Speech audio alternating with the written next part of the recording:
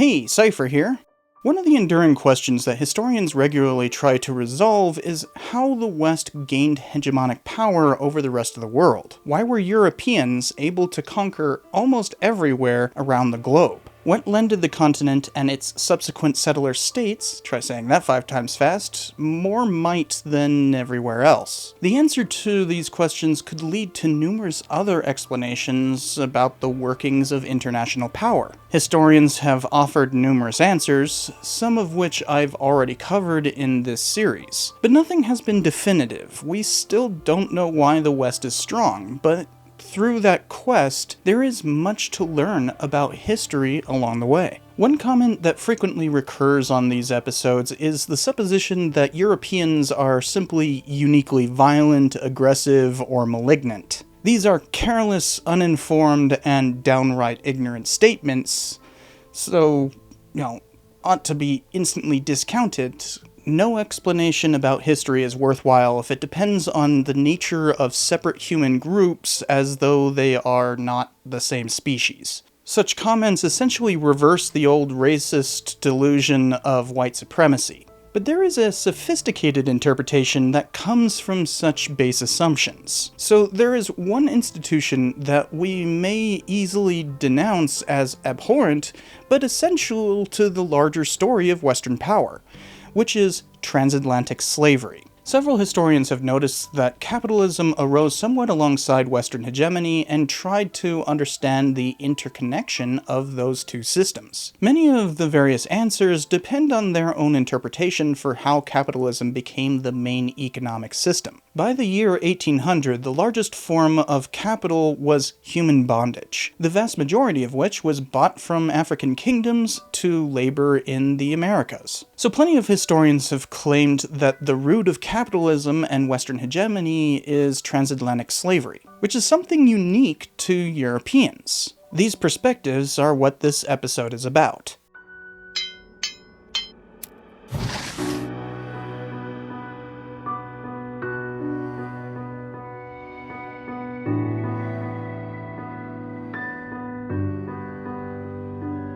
Eric Williams provided one of the earliest anti-racist answers for Western hegemony, with his 1944 book, Slavery and Capitalism. He argued that transatlantic slavery offered a unique form of labor that was fully alienated from the land they worked, allowing for a clear underclass divided by the color of their skin. Escape was difficult in such conditions, allowing the social construction of race as a hierarchy of labor. This allowed plantations to specialize in cash crops rather than something that fed themselves and others. New World colonies using slaves produced sugar, tobacco, and cotton in sufficient quantities to allow factories in Europe to manufacture the processed goods those products yield.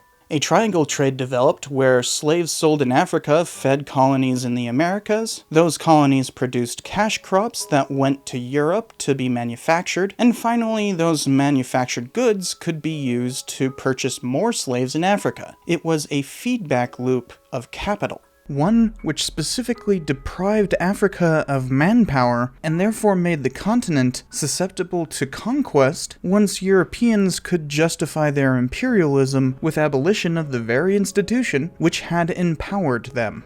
The only thing obstructing the triangle trade was intercolonial rivalries. Each empire had to prevent their constituents from trading outside of their power, effectively rendering the system into several triangle trades rather than a singular one. But the fundamental innovation of capitalism was to move from this mercantile system toward allowing people to trade regardless of which country's market they entered. That way, the superior merchants would win through their military prowess and economic circumstances. International market competition was the essence of capitalism, and it came from the division of labor as best exemplified by the triangle trade, eventually dominated by Britain and the United States until they outlawed it in the early 19th century. Of course, that was only after they had gained economic preeminence through transatlantic slavery that they now outlawed. Even after that, slavery remained the basis of manufactured goods, with cotton becoming king and able to challenge any restrictions through its sheer utility. Due to their displacement from Africa, easily identifiable as different through skin color and ideologically alienated with white supremacy, slaves transported across the Atlantic made for a perfect underclass for the exploitation of capitalism to arise. As many as a fifth died along the voyage, known as the Middle Passage. Survivors endured horrid conditions with packed cargo vessels like cords of wood. There were roughly 200 shipboard slave revolts. Because of this loss, marine insurance companies began, which became the basis of so many financial systems to follow. Slavery was a bedrock institution for the formation of capitalism.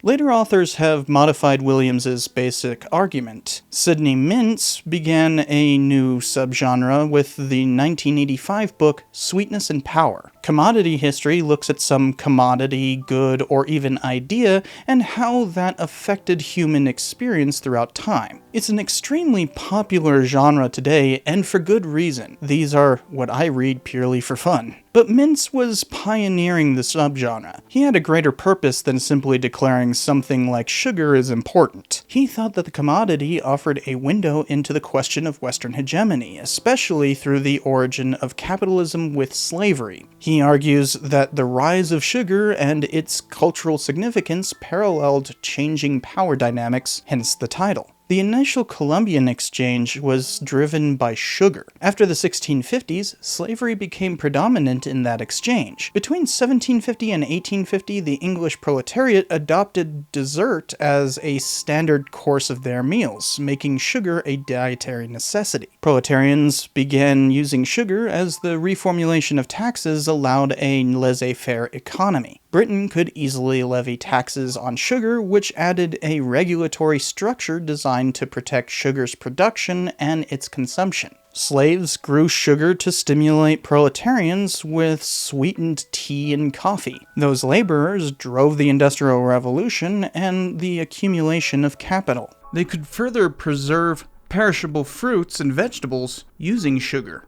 And of course, processing the molasses into rum was another very popular way of using slave labor to benefit capitalist consumption. Britain switched to a laissez-faire system and removed slavery, allowing products like sugar to further penetrate the market. Mintz essentially added demand to the equation of capitalism's origin.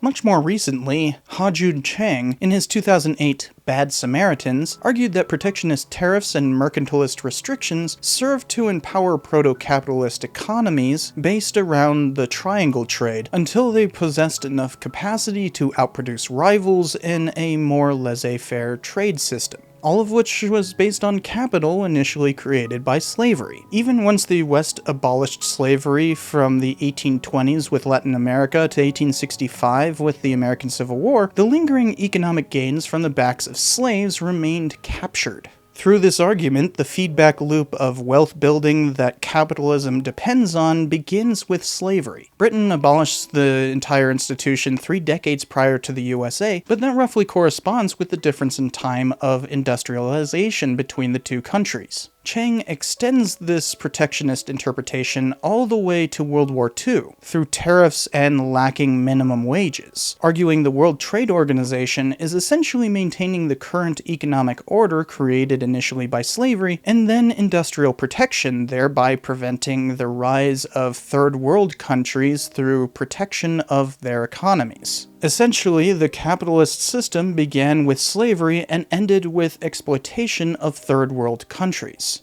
The idea that fortunes are rooted in slavery seems like a fairly compelling argument, but it's ultimately oblivious to much of history. This is another one of those theories that blind scholars, if embraced as completely explanatory. For instance, a recent edited volume argues that the American slave system was the ultimate form of capitalism with all the trappings of supply and demand through brutal exploitation. Yet they somehow forgot all the pro-slavery arguments made at the time against wage labor, as in the proletariat, the primary underclass of capitalism. Much like the economic theories these interpretations are based upon, they are reductive, often to the point of self-contradiction. The triangle trade was more than one leg of that triangle and could function without the slavery leg, hence why Britain and the United States got rid of it simultaneously. Marine insurance was for all forms of cargo, not just human. Colonizing corporations formed before slave trading ones. No economy is as simple as one aspect of itself. Furthermore, this does not explain why Europeans could exploit the triangle trade as opposed to other continents. It presupposes that the continent's proximity caused their ability to exploit the system. Yet Arabs had been buying and transporting African slaves across immense distances for centuries by the time Europeans participated in that system. Why weren't they more powerful than Europe in the 16th century? Furthermore, slavery acutely empowered many African kingdoms as they conquered more territory and sold their prisoners of war. It was less a drain on their economies and more of a boon. How could that have weakened Africa enough for Europeans to conquer them in the late 19th century? Indigenous people of the New World had long-standing slave trades, but had never crossed oceans before European contact. Why weren't they equally powerful, if not more powerful, compared to incoming Western settlers? So not only is the slavery hypothesis blind to non-slave-based historical economics, but it also denies the slavery of non-Europeans, a grave form of ignorance. Now, scholars who still believe in the slavery hypothesis for Western hegemony have sought to complicate or downplay Williams, Mintz, and Chang, since they are kind of reductive. Joseph Inicary, I don't know if I'm saying that right, but I screw up pronunciation all the time. I'd rather read than be told something, so I'm going to mispronounce stuff sometimes. You can correct me, but don't get all belligerent about it. Joseph Inicary claims slavery was central to the development of industrial capitalism in England in the 18th century. Instead of it being a linchpin to this change, he says, slavery provided England with opportunities for the division of labor and for the transformation of economic social structures. So slavery was merely a piece of the equation, not its root. This is a bit more reasonable, but renders the entire argument superficial. If slavery is merely a facet, then how did it cause capitalism and therefore Western hegemony? That is why most scholars have turned away from the slavery hypothesis. Seymour Drescher provided an early denunciation when he wrote, "Williams inflated the rising slave trade's direct weight in the Industrial Revolution, and he accelerated the fall of the West Indies in accounting for the demise of slavery." More recently, David Eltis and Stanley L. Engerman provided the scholarly consensus on the hypothesis when they wrote, "While slavery had important and long-run economic implications, it did not by itself cause the British Industrial Revolution.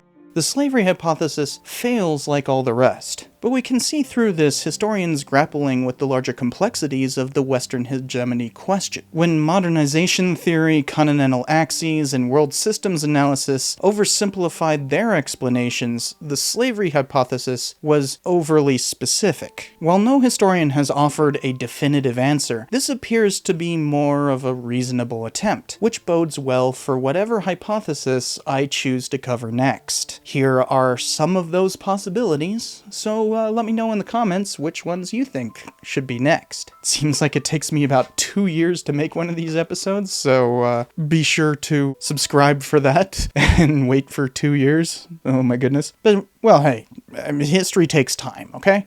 I think my favorite is McWilliams, but, you know, they're all complicated and none of them are definitive, so, yeah, we'll find out. Cheers. Oh, that is some strong whiskey. What am I drinking? Pendleton Rye. King doesn't like intercolonial rivalries, huh? Come here. Ooh, that was a good meow. Hi. Hi. Yes. You're a good boy.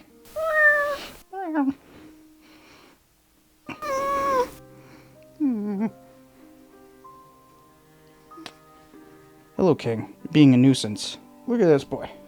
He's just sitting right here and playing with that little ball right there. Oh. King is just sitting here rubbing on the thing. Okay, well, maybe not. You thought you could get away? You thought you could get away? Not so easy. Not so easy. Mwah. Hey, King. You want a kitty treat? King, where are you going?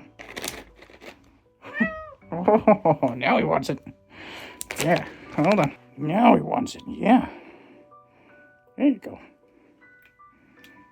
Oop. Okay, you're a good boy.